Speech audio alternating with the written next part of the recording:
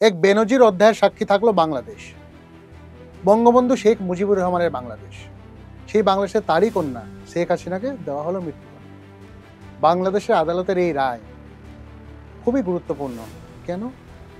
তার প্রেক্ষিতে শুধুমাত্র প্রভাব যে বাংলাদেশে পড়ছে তা নয়। প্রশ্ন উঠছে, নয়াদিল্লি এবার কি করবে, ভারত এবার কি করবে? কারণ হাসিনা কিন্তু এই মুহূর্তে রয়েছেন ভারতের আশ্রয়ে।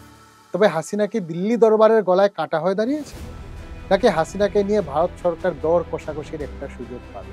এই মুহূর্তে ভারতের অবস্থান কি হবে? আজকে আমাদের আলোচনার বিষয় এটাই। 2024 সাল গণবিক্ষোভের মুখে দেশ ছাড়তে হয় শেখ হাসিনাকে। জল্পনা ছিল তিনি হয়তো লন্ডন যাবেন বা দুবাই যাবেন। দিনের শেষে দেখা গেল হাসিনা এলেন নয়াদিল্লি। ভারতবর্ষের আশ্রয়ে এলেন মুজিব কন্যা শেখ হাসিনা। তারপর থেকেই তিনি ভারতে আসেন। এ নিয়ে কিন্তু মাঝে মাঝে বাংলাদেশের সঙ্গে ভারতে আলাপ আলোচনা যা হয়েছে তাতে একাধিকবার হাসিনা প্রসঙ্গ উঠেছে। ইউনূস সরকার বারবার হাসিনাকে ফেরানোর দাবি করেছে, যদিও তাতে কর্ণপাত করেনি ভারত।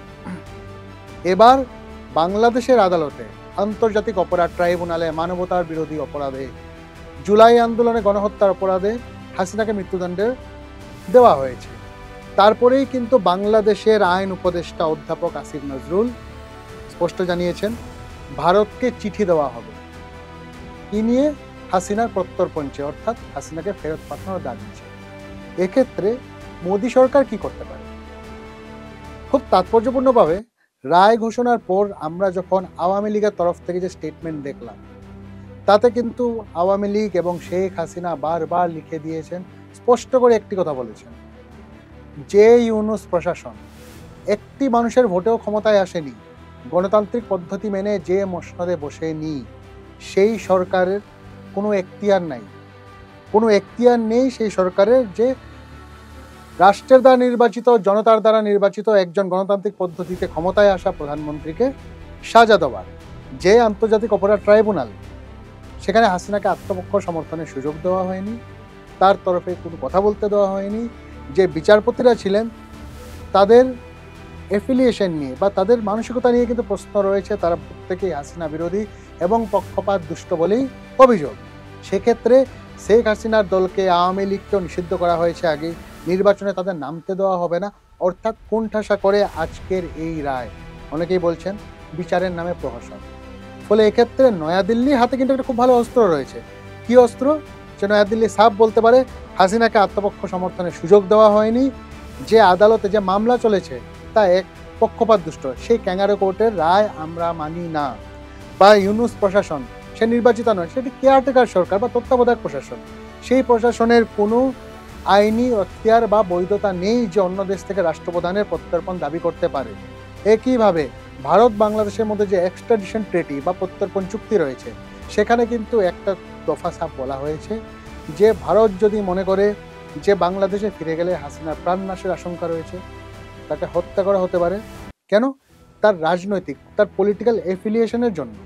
সেক্ষেত্রে ভারত কিন্তু চাইলে প্রত্যর্পণ নাই করতে পারে, সেই ক্ষমতা ভারতের হাতে রয়েছে। তবে আলোচনার বিষয় যেটা হচ্ছে, বিশ্ব কূটনীতিতে স্থবির কিছুই হয় না, সবটাই চলমান। এক্ষেত্রে হাসিনা কি তাহলে দর কষাকষির একটা হাতিয়ার হয়ে উঠবে, নাকি নয়াদিল্লির গলায় কাটা হয়ে ফুটে থাকবে? সেটাও একটা প্রশ্ন। কেন? কারণ ভারতকে যদি এই মুহূর্তে ইউনূস প্রশাসন, শুধু বলছি না, জামাত হোক কি বিএনপি হোক কি বাংলাদেশের একটা বড় অংশের জনতা হোক, তাদের সঙ্গে যদি সম্পর্ক ভালো করে তুলতে হয়, সেক্ষেত্রে হাসিনার প্রত্যর্পণ কিন্তু একটা পথ। এটা করে ভারত এই বার্তা দিতে পারে যে শুধুমাত্র আওয়ামী লীগ নয়, বাংলাদেশের অন্যান্য স্টেক হোল্ডার যারা রয়েছে, অন্য পক্ষ যারা রয়েছে, যেমন খালেদা জিয়ার দল রয়েছে, জামাত রয়েছে, তেমনি দলগুলোর সঙ্গেই যে ভারত নিজের সম্পর্ক শুধরাতে চাইছে, ভারত একটা অন্য পথে হাঁটতে চাইছে, সেই বার্তা।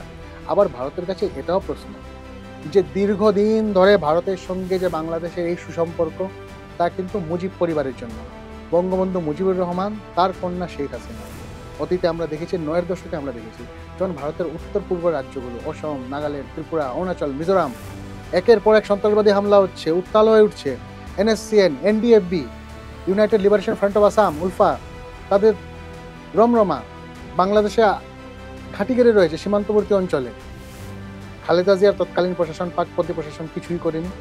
তারপর পট পরিবর্তন হলো ঢাকায়, ক্ষমতায় এলেন শেখ হাসিনা। আসার পরে তিনি কি করলেন? একের পর এক অভিযান শুরু করলেন, সন্ত্রাস দমন অভিযান। তাতে করে কাদের তিনি রাশ টানলেন? এনডিএ, বিএনএসসিএন, উলফার মতো সন্ত্রাসবাদী সংগঠনগুলোকে। লাভবান হলো কে? ভারতের উত্তর পূর্বের 7 বোন বা 7 সিস্টার স্টেট। শান্তি ফিরল, অসমে শান্তি ফিরল, নাগাল্যান্ডে শান্তি ফিরল, অরুণাচলে শান্তি ফিরল। তারপর থেকে দীর্ঘদিন কিন্তু ভারত বন্ধুত্বের সম্পর্ক হয়েছে। এবং শুধুমাত্র তা নয়, বাংলাদেশের যে অবস্থান বঙ্গোপসাগর খুব একটা ভাইটাল জায়গা, গুরুত্বপূর্ণ কূটনীতির দিক থেকে, কৌশলগত দিক থেকে। কেন? কারণ কি চীনা জাহাজ কিন্তু ভারত মহাসাগরে ঘোরাঘুরি করছে, চীন নিজের থাবা বাড়াচ্ছে।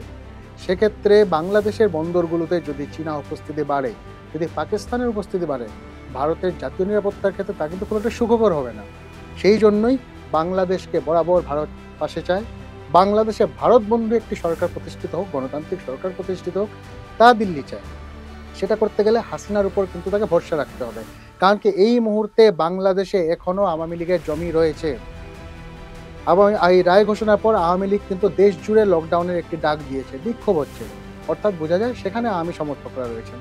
ফলে হাসিনাকে কি একেবারেই ত্যাগ করা উচিত, নাকি ভবিষ্যতে হাসিনার যদি আবার প্রত্যাবর্তন ঘটে বাংলাদেশে, সেক্ষেত্রে ভারত নিশ্চিত। আবার এটাও ভারতকে ভাবতে হবে যে এই মুহূর্তে ভারতের কাছে অদূর ভবিষ্যতে বাংলাদেশকে যদি রাখতে হয়, পাশে বন্ধুর মতো পেতে হয়, তাহলে ইউনূস কেন, জামাত, বিএনপি এদের মতো দলগুলোর সঙ্গে সম্পর্ক শুধরাতে হবে। এবং জামাত যে খানিকটা সুর নরম করেছে, বিএনপি যে খানিকটা সুর নরম করেছে, তা কিন্তু তাদের বিবৃতি থেকে আমরা বুঝতে পারি। সংখ্যালঘু হিন্দুদের, খ্রিস্টানদের, জৈনদের জামাত আশ্বস্ত করেছে আপনারা পাশে থাকুন, ভয় নেই। একই কথা বলেছে বিএনপি। কেন? যাতে করে দিল্লির মন কিছুটা পাওয়া যায়। ফলে সব মিলিয়ে দিল্লি এই মুহূর্তে কূটনৈতিক একটা বিরাট ভারসাম্যের খেলায় রয়েছে, বলতে পারেন একটা উভয় সংকটে রয়েছে। হাসিনার সঙ্গে থাকা, নাকি হাসিনার বিনিময়ে বাংলাদেশের এই পরিবর্তিত বাংলাদেশের বা বদলের বাংলাদেশের বন্ধুত্ব কিনে নাও। কি করবে দিল্লি? দিল্লি দরবারে গলায় কি কাটা হয়ে থাকবেন হাসিনা? উত্তর ভবিষ্যতের গল্প।